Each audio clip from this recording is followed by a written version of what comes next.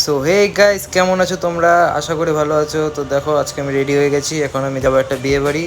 তো রেডি হওয়া ডান। তো এই যে চলে আসলাম নিচে। বাবা বললো বাবা চালাবে, তো আমি পিছনে বসে রইলাম। পিছনে বসে আমি নিজের মতন ভিডিও বানাচ্ছি।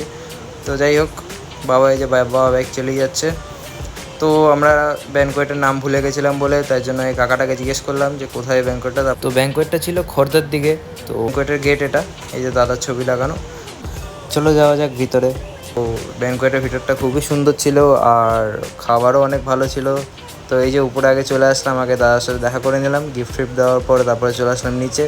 নিচে ছিল বিভিন্ন রকমের স্টার্টার আইটেম। তো তারপরে আরও অনেক আইটেম ছিল। তো অতগুলো তো আর খাওয়া যায় না, কারণ আমরা গেছিলামই লেটে। তো সবাই সামনে ডান্স করছিল, তো আমরা এই ডান্স দেখতে দেখতে খেয়ে নিলাম।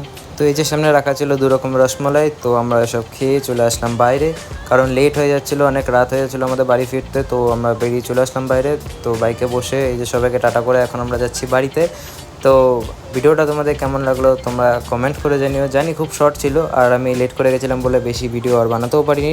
বাট এরকম শর্ট ভিডিও আমি আরও বানাবো। তো তার জন্য তোমরা সাবস্ক্রাইব করে রাখো। তো দেখা হচ্ছে আবার একটা নতুন ভিডিওতে। টাটা।